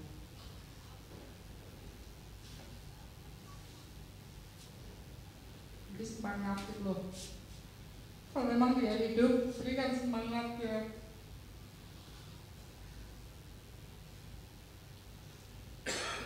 Makanya anak itu saya sempat baca-baca di internet apa yang cocok sama anak ini. Dan saya menemukan nama yaitu Santa Caroline. Santa Valeria itu adalah putri yang kuat dan gagah. Lalu ibu pendeta yang datang, saya masih di ruang perawatan, bayi saya masih di ruang NICU. Ibu pendeta memberikan satu lagi yaitu Ruth sebagai pejuang. Jadi pejuang yang kuat dan kokoh sebagai wanita. Saya tiap hari kayak orang gila, hanya di kaca ngomong sama bayi, sama si Caroline, kuat nak, kita berjuang nak. Karena saya juga harus berjuang untuk mengeluarkan maaf kata air susu, air ASI. Karena yang bisa membantu dia untuk tumbuh kembang baik yaitu ASI. Saya usia saya udah 42, saya bilang saya nggak mungkin keluar. Dokter juga bilang ya ibu, atau ibu sewa aja ASI orang lain. Saya bilang, saya doa sama Tuhan, Tuhan nggak mungkin saya menyewa ASI orang lain, karena itu darah orang lain. Tolong Tuhan bantu saya sama suami tukang tangan. Saya nggak tahu, tiba-tiba ada saudara, coba sini kak, saya bantu kak mengeluarkan ASI, karena saya nggak sakit gitu loh. Kalau dipaksa itu kan sakit, jadi tapi saya kembalikan lagi demi anak. Saya hilang rasa sakit itu sampai saya nggak tahu, banyak yang mendoakan, tiba-tiba ASI itu keluar dengan sendirinya dan saya kaget gitu, sampai kayak nggak berhenti ASI itu keluarnya. Dan itu yang menolong anak saya. Dan tabung daripada virus itu juga nggak cukup hanya satu tabung, tapi dia 6 tabung. Karena satu tabung tidak menaikkan trombositia, 2 tabung tidak menaikkan trombositia, 6 tabung baru menaikkan, dan itu pun batasnya so-so lah, begitu, nggak begitu menyenangkan juga hasilnya. Tapi saya bilang sama si Caroline, kuat nah, tiap hari. Sementara ibu-ibu yang lain itu nggak pernah seperti saya. Sampai ibu yang lain, ibu kok begitu banget sih, jangan begitu bu. Ya saya, ya udah pasrah aja, kalau memang yang kehendak yang kuasa memang mau ini ya, karena ini bayi prematur, jarang yang selamat bayi prematur bu. Coba bapak-bapak ibu bayangkan, kita dikuatkan dengan kata itu. Ditambah lagi dengan informasi-informasi yang negatif yang datang dari suster ya, yang menyatakan ya ibu doa aja lah, ibu nggak usah banyak inilah, yakin aja kalau memang sembuh ya, kalau nggak kayak saya, karena ini bayi prematur. Itu terus yang dia sampaikan. Saya bilang, mau bayi prematur mau bayi apa, kalau memang dia kuat. Saya bilang tuh anak saya kuat kok, saya bilang ke dia. Makanya saya tiap hari ya, jadi saya kayak orang kerja ya, dari jam 9 pagi sampai jam 19 sampai jam 7 malam saya terus bicara sama si dede ini. Kuat nak, mami di sini, mami berjuang untuk ASI, kamu berjuang untuk hidup. Dan dokternya pun kaget, karena biasanya bayi prematur ya, dengan usia dia baru berapa hari, biasanya kalau bayi prematur itu kebanyakan itu adalah lupa nafas. Dia suka lupa nafas karena anggota tubuhnya juga memang nggak sempurna. Makanya selalu saya liatin gitu ya, nafasnya supaya, nak jangan lupa nafas, nak tarik nafas. Saya selalu bilang begitu sama si dede ini. Dan puji Tuhan ya, puji Tuhan banget gitu ya, si Caroline ini mendengarkan sampai saya terapi kanguru, jadi bayi kanguru, karena suhu tubuh dia itu harus 365 sampai 375. Dan kalaupun, makanya dia di inkubator, kalaupun dia harus lepas dari inkubator, yang bisa memberikan inkubator itu adalah tubuh saya. Jadi maaf kata saya telanjang, jadi itu saya bekap ya, jadi kami sama-sama dada bertemu dengan dada, jadi kami saling membagi energi dengan dedek bayi ini, dan luar biasa banget ya, dia merespon dengan baik ya, si Caroline ini merespon dengan baik sehingga dokternya pun sampai kaget karena dia aktif. Biasanya bayi prematur itu selalu diam,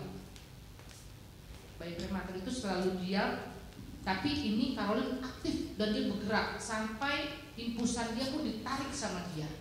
Sampai dokternya bilang luar biasa ibu, saya baru menemukan bayi prematur yang aktif seperti ini. Saya nggak tahu. Makanya dokternya juga berani, ibu berani untuk mengurus anak ini. Karena biasanya mengurus bayi prematur itu 2 bulanan di rumah sakit. Coba bayangkan kalau 2 bulan di rumah sakit dengan biaya dan kondisi seperti apa. Ya saya bukan bicara ke uangnya, tapi kelelahan kita kadang-kadang kan kita ada jadi jenuh juga. Tiap hari datang untuk ini terus berdoanya kayak orang kita dari kaca ke bergantian gitu. Terus nak semangat, nah, coba saya nggak kebayang kalau 2 bulan gitu loh. Jadi kebersamaan saya dengan dia nanti di rumah hanya sebulan karena cuti hanya 3 bulan. Jadi dokter itu sampai saya nggak tahu Tuhan taruh perkataan apa di dokter itu sampai dokter bilang, udah ibu bawa pulang anak ibu ya, saya yakin dan percaya ibu bisa perawatnya karena bayi ini aktif sekali. Dan sampai di rumah ya kami benar-benar memprotek segala ketemu dia dengan tetangga kami jangan ketemu dulu karena dia rentan gitu loh. Dan puji Tuhan sekarang usianya mungkin dia lahir per 1 September, berarti 1 Januari ini dia genap 4 bulan. Dan kemarin timbangannya sudah 5,3 kilo, bahkan sudah bayi normal aja itu saya lihat di berat badan bayi itu 46 sampai 7 kilo 8 kilo untuk normalnya. Dan puji Tuhan anak kami sudah 5,3 kilo ya, dan luar biasa sekali pertumbuhannya. Ya itulah sukacita kami yang mendapatkan bayi yang saya rasa itu bukan suatu musibah atau suatu beban buat kami, tapi itu suatu berkat. Kadang-kadang kita merasa kok kita diberikan anak seperti ini. Kadang-kadang kita merasa bahwa apa salah saya nyatakan bahwa ini adalah sukacita dan itu terbayar lunas dengan dia tumbuh kembangnya dia. Kami nggak memikirkan ya, walaupun biayanya susunya apanya kami nggak pikirkan. Jadi itulah bapak-bapak ibu yang bisa saya sharingkan. Di sini kita bisa mengambil hikmat bahwa kalau manusia bilang tidak mungkin, tapi kalau Tuhan bilang itu mungkin, itu kita nggak bisa berbuat apa-apa. Dan itu terjadi sama kami. Banyak sebenarnya ya keajaiban-keajaiban Tuhan berikan kepada kami yang sangat luar biasa. Di usia saya segini Tuhan masih memberikan bayi sampai saya pun ya bukan malu ya, kadang-kadang saya bangga gitu kalau orang bilang, bu anak apa cucu, saya bilang anak, saya bilang ke dia. Walaupun usianya saya kebayang, saya 42, anak saya masih 3 bulan, anak saya 15 tahun, saya udah 65. Bayang nggak nanti maaf kata kalau dia nikah ini anaknya atau neneknya gitu. Jadi itu saya buang dulu gitu. Yang penting saya mendapatkan berkat yang luar biasa dan Tuhan memberikan sesuatunya itu jalannya itu luar biasa. Jadi itu aja. Bagaimana perasaan Bapak sebagai seorang suami kalau Ibu langsung menghadapi begitu ya? Mungkin kalau suami tadi saya nggak mau ada di ruangan persalinan begitu ya, tapi terjebak kata Ibu gitu ya. Sebenarnya apa yang Bapak lihat dari bagaimana Tuhan bekerja sehingga setiap step-step itu dilalui dengan begitu baik. Memang dari awal saya udah bilang sama istri kan, kalau nanti jadi lahir saya nggak melihat, saya mau paling takut itu sama kayak darah gitu kan. Tiba-tiba kedorong gitu ke dalam ruangan itu, ruangan bersalin, udah di dalam situ. Dan anehnya kalau itu ya yang ngeden saya, perasaan saya yang ngeden gitu. Jadi dokter bilang ini 2-3 kali ngeden udah keluar gitu. Ya benar, saya yang kalau saya bilang saya yang ngeden karena setelah itu, maaf saya buang air besar tuh, saya berdarah gitu loh. Sampai saya juga stres sebetulnya. Ini apalagi nih, apa saya sakit lagi? Saya bilang tambah saya sakit karena keluar darah banyak. Saya buang air besar itu. Saya diam, nggak cerita sama istri, nggak cerita. Dan sorenya saya coba lagi buang air, normal, nggak ada darah lagi. Saya baru cerita sama istri, dan istri cerita ke orang-orang, oh itu bapaknya katanya. Bapaknya yang ngeden gitu ya. Iya. Bapak Ibu sekalian, kalau kita berbicara soal berkat Tuhan, melalui kisah hidup yang baru saja kita dengar bersama, kita melihat satu hal, bahwa berkat Tuhan itu ternyata menuntut juga pengorbanan. Jadi kalau kita berbicara soal berkat Tuhan, berkat itu tidak selalu manisnya saja, tapi di dalam berkat itu ada pahitnya, ada getirnya, ada saat-saat ketika kita menangis. Kenapa? Mungkin Bapak dan Ibu juga bertanya gitu ya, kenapa di usia 42 begitu ya, harus prematur, lalu dokter semuanya bukannya menguatkan, malah menjatuhkan terus begitu ya, suster semua menjatuhkan. Tuhan mau bawa kemana sih? Tuhan kok sudah kasih tapi kok jadi begini begitu ya. Mungkin banyak dari kita juga yang mengalami hal yang sama. Bukan hanya yang dialami oleh Ibu Lisna, tapi setiap kita mengalami. Tapi satu hal Bapak Ibu sekalian, kalau kita mau, apakah membawa Alkitab semua? Kita mau membuka satu bagian Alkitab yang luar biasa dari Amsal. Saya akan membacakan buat Bapak Ibu sekalian dari Amsal 10 ayat 22. Saya akan membacakan. Berkat Tuhanlah yang menjadikan kaya, susah payah tidak akan menambahinya. Apa kaya di sini? Saya tidak, firman Tuhan tidak sedang berbicara soal uang saja. Firman Tuhan tidak hanya berbicara soal materi saja. Dan berkat di sini juga bukan hanya sekedar yang menyenangkan saja.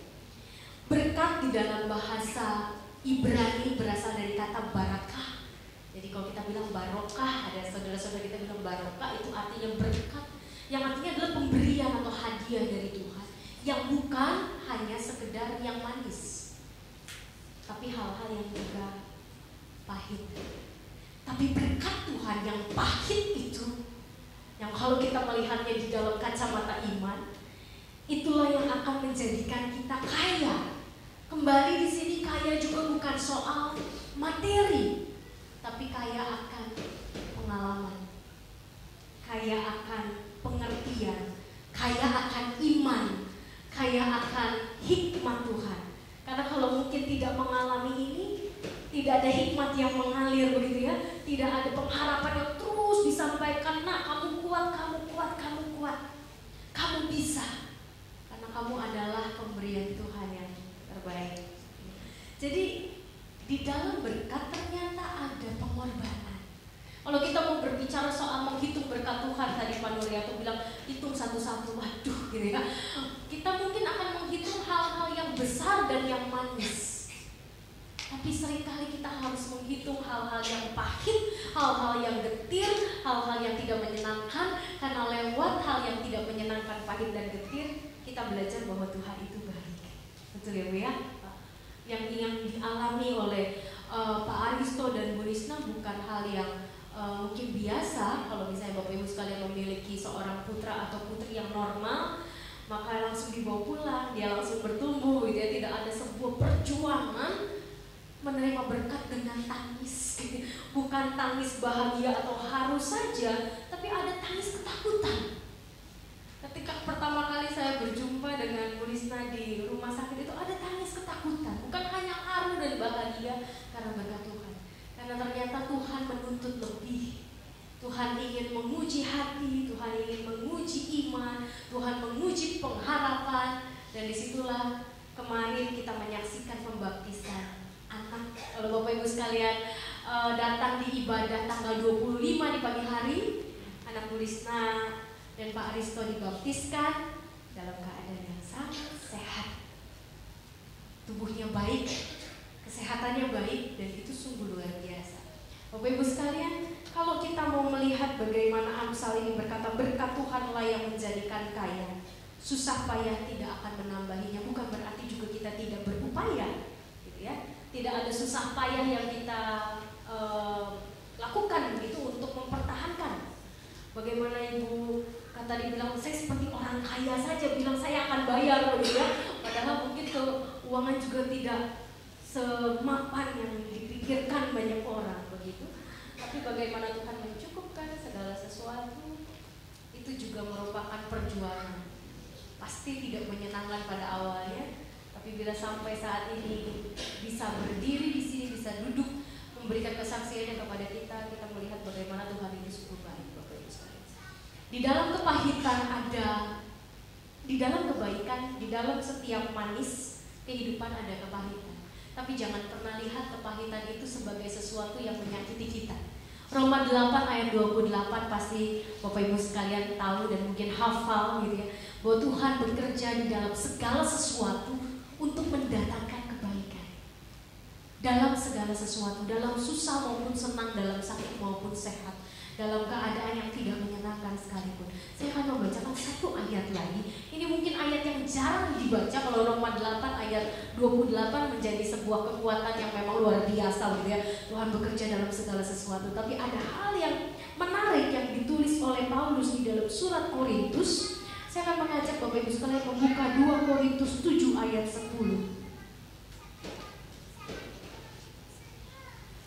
2 Korintus 7 ayat 10 saya akan membacakannya buat Bapak Ibu sekalian.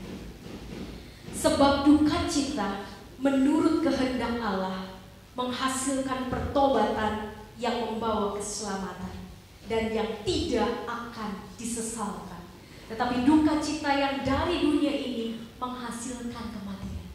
Ada hal yang luar biasa yang kita pelajari dari ayat ini. Saya ulangi buat Bapak Ibu sekalian. Sebab duka cita menurut kehendak Allah menghasilkan pertobatan yang membawa keselamatan dan yang tidak akan disesalkan.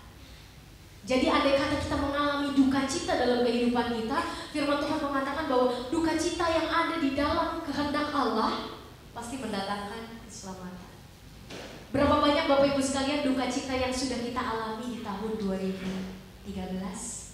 Mungkin kita tadi kalau Ira bilang lebih gampang menghitung susahnya ya, sedihnya begitu ya, daripada berkat Tuhannya. Mungkin kita juga seperti itu. Begitu di akhir tahun aja kita, oh iya ya berkat Tuhan banyak. Tapi ketika kita menjalani tahun 2013 ini ternyata, oh iya ya susah ternyata, tidak mudah.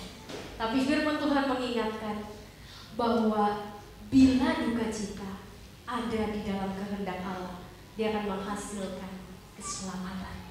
Jadi Bapak Ibu sekalian, mari kita mulai menghitung sebentar berapa banyak duka cita yang Tuhan izinkan kita alami di tahun 2013. Lihat bahwa itu akan menjadi baik bagi kita.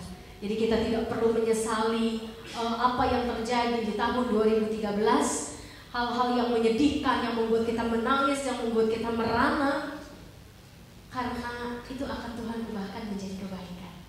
Bapak Ibu sekalian, kalau kemarin waktu saya ini sebentar lagi kita mau masuk tahun, katanya kalau dalam perhitungan Tionghoa itu kita akan masuk tahun kuda. Bapak Ibu sekalian ya, kemarin pas lagi nonton begitu ya, malam-malam itu tiba-tiba ada peramal di TV begitu ya, tahun kuda tuh akan menjadi tahun yang sulit Bapak Ibu sekalian ya, lebih sulit daripada tahun ular. Tahun ini tahun ular ya, saya nggak apal biar orang Cina. Tapi kemudian saya jadi tertarik untuk membaca satu buku yang saya punya sudah dari zaman dulu karena keluarga saya keluarga Cina, Tionghoa begitu ya. Lalu saya melihat peruntungan di tahun kuda gitu ya. Katanya kuda itu ciong sama tikus mati deh saya ya. Saya ini tikus, besok kuda ketemu ciong kita ya. Bapak Ibu sekalian, ada mungkin dari kita yang masih menghitung demikian gitu. Dan kita mulai melihat dan mulai ada ketakutan dalam hati kita. Tapi satu hal yang kita pelajari bahwa ketakutan sebesar apapun yang kita alami, Tuhan mengerti. Dan Tuhan sungguh tahu bagaimana membuat kita kuat, membuat kita sungguh-sungguh dapat terus berjalan di dalam terang Tuhan. Tidak akan pernah ada hal yang terlalu sulit untuk kita jalani. Tidak ada pernah hal yang terlalu menyakitkan untuk kita hadapi.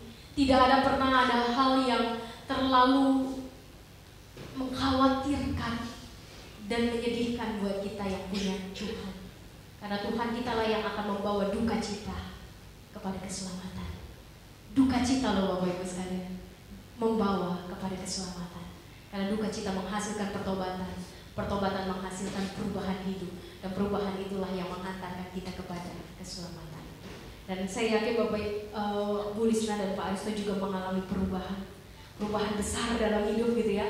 Ketika harus menghadapi anak yang sedemikian, yang mungkin tadi imannya berapa persen sekarang menjadi lebih begitu ya, karena sudah mengalami kasih setia Tuhan dan dapat melihat hidup dengan lebih baik.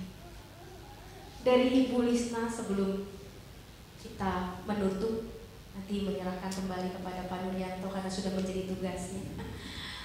Adakah hal yang Ibu ingin sampaikan kepada Bapak Ibu jemaat saudara sekalian untuk mempersiapkan hati, pikiran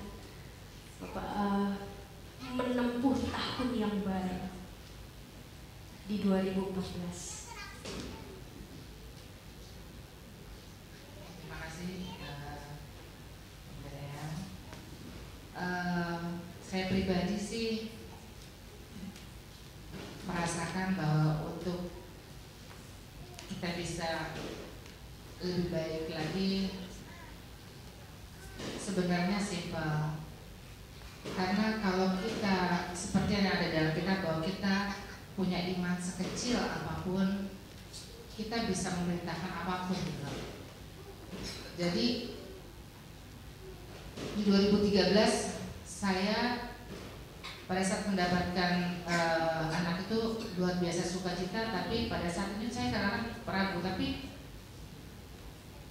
di sekeliling kita ada orang-orang yang mencintai kita dan menguatkan kita, sehingga keimanan kita itu ya, jadi kadang-kadang kita memang perlu diuji sama Tuhan supaya kita, kalau kita tidak pernah diuji berarti Tuhan bukan nggak sayang ya, Tuhan menganggap kita bahwa kita standar seperti sekarang ini aja. Tapi kalau kita diuji sama Tuhan dan kita merasakan bahwa ujian yang Tuhan berikan itu bisa menguatkan kita, saya merasakan, kami sekeluarga merasakan bahwa kita mengalami perubahan yang dahsyat. Ya, jadi kita semakin mengimani, semakin percaya. Jadi saya kadang-kadang kalau dulu worry saya atau khawatir saya itu selalu tinggi, baik dalam pekerjaan maupun saya selalu tinggi. Aduh takut ya, kalau kenapa-napa, aduh kenapa ya. Jadi selalu saya rasa khawatir saya tinggi. Tapi setelah saya mengalami perubahan yang Tuhan berikan kepada saya, sebesar apapun permasalahan saya selalu menganggap ya udah gampang lah, bisa. Jadi bisa ditenangkan. Jadi di sini saya bukannya berharap ya, maksudnya kepada jemaat di sini yang kami kasihi, bahwa ujian itu juga merupakan suatu berkat yang Tuhan berikan. Jadi tadi kalau Ibu Pendeta yang katakan bahwa tahun muda adalah tahun yang sangat sulit, ya kita yakin kita harus punya iman bahwa sesulit apapun di tahun muda atau tahun apa, ya kalau Tuhan beserta kita, maka semuanya pasti Tuhan mudahkan, Tuhan cukupkan. Saya sama suami kadang-kadang suka heran kalau di dalam hitung-hitungan, ya hitungan kalkulator itu 1 tambah 1 2, tapi saya juga heran, itu ada saja, ya ada saja kok Tuhan tambah-tambah kok cukup ya. Karena saya juga nggak ngerti gitu, dari mana juga nggak ngerti. Jadi pesan di akhir tahun ini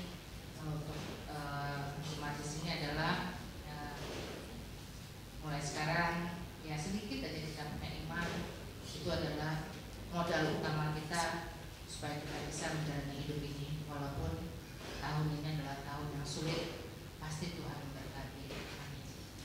Terima kasih sekali atas kesaksian, atas cerita kisah. Dan ini bukan hanya sekedar khotbah Bapak Ibu sekalian. Kalau khotbah itu saya meramu di otak begitu ya, bagaimana membuat ayat ini menjadi sebuah kisah begitu.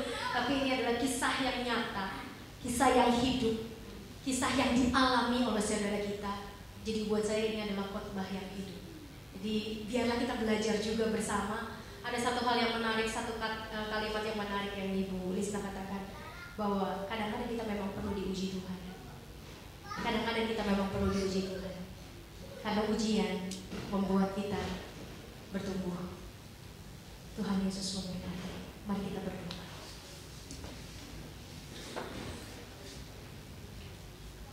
Terima kasih untuk kebaikan Tuhan dalam kehidupan kami. Apapun yang telah kami lewati di tahun 2013, begitu banyak air mata, begitu juga banyak tawa, syukur, ada kepahitan, ada kegetiran, tapi ada manisnya hidup yang Tuhan izinkan. Kami tahu itu semua membawa kepada kebaikan.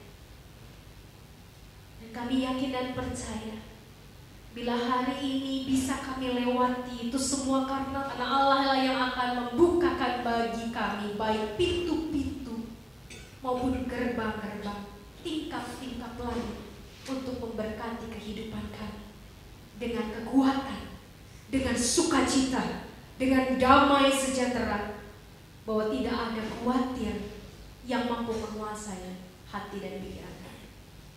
Terima kasih Tuhan Yesus untuk kebaikan-Mu. Dan bila hari ini kami belajar dari kehidupan saudara kami, bagaimana mereka bergumul untuk berkorban di dalam berkat Tuhan, memberikan hati mereka, memberikan kekuatan mereka, bahkan sungguh bergumul dengan berat. Tapi bagaimana kami melihat juga tangan Tuhan yang bekerja, kekuatan dan sukacita itu Tuhan terus tambahkan, dan Tuhan yang menyempurnakan. Terima kasih Tuhan. Dan biarlah di tahun 2014 Kaulah yang menyertai jalan kami. Kau yang ada di depan, bukan kami yang ada di depan, tapi Kau berjalanlah di depan kami, menunjukkan terang itu dan menuntun kami. Hanya di dalam nama Tuhan Yesus Kristus kami berdoa dan bersyukur. Amin.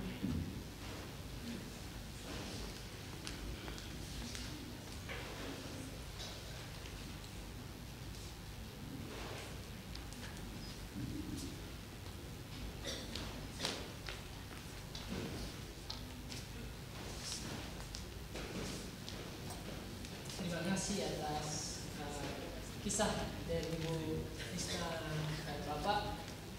Tadi kalau saya tanya ke Iren kan bangga nggak sama Papa gitu ya? Setelah ini berarti Iren juga akan bangga dengan nama betapa perjuangan seorang ibu itu begitu besar begitu ya Bapak Ibu. Betapa seorang ibu berjuang begitu luar biasanya, mulai dari 9 bulan dibawa kemana-mana kan, nggak bisa dititip begitu ya, sampai harus keluar dengan luar biasa. Itu perjuangan yang besar. Nah, bicara soal masa depan, Iren sempat takut nggak sih Iren soal masa depan? Sempat. Sering saya takut. Sering. Kalau takut gitu biasanya nyari jawabannya di mana? Zodiak? Nggak juga sih. Tapi sering kadang suka buka zodiak di majalah-majalah gitu. Percaya nggak? Enggak, habis nggak akurat. Nggak akurat. Kalau yang akurat percaya berarti. Ramal, pernah ramal tangan? Oh pernah. Katanya kalau garisnya ada 3 berarti percaya? Nggak percaya juga sih, soalnya nggak kebukti gitu deh pokoknya Kak. Oh, tapi kamu nggak mau tahu masa depan kayak apa? Enggak deh kayaknya. Kenapa? Nggak seru juga nggak sih Kak kalau kita tahu masa depan kayak apa? Kayak misalnya nih kita nonton film tapi udah tahu endingnya kayak gimana, nggak seru kan? Iya. Masih mau nonton. Kalau kita nonton film, terus Bapak Ibu coba bayangin ya, kalau Bapak baru mau nonton film di bioskop, tiba-tiba yang baru keluar dari bioskop bilang nanti jagoannya matinya ketimbang motor, kan gak seru begitu, udah ketahuan jagoannya mati. Justru kita seru nonton film karena masih belum tahu endingnya kayak apa, itu misteri begitu kan ya. Itu yang menarik, dan karena kita nggak tahu masa depan, justru itu yang menarik kan. Sama kayak kalau kantor sulap, udah tahu endingnya juga. Iya. Kalau saya main sulap, Bapak Ibu tahu sulap saya rahasianya pasti nggak seru juga, bener juga. Itulah kenapa misteri itu menyenangkan begitu ya. Tapi seringkali kan nanti masa depan banyak yang menyenangkan ya. Terus masih mau berjalan kan? Kita mau nyanyi satu lagu, Bapak Ibu, di lagu ini dikatakan bahwa kita nggak tahu hari esok kayak gimana. Mungkin banyak hal yang akan kita temui, tapi percayalah, lagu ini mengatakan bahwa Tuhan beserta dengan kita. Mari dengan berdiri kita menyanyikan Aku Tahu Kan Hari Esok, bait 1 hingga yang terakhir.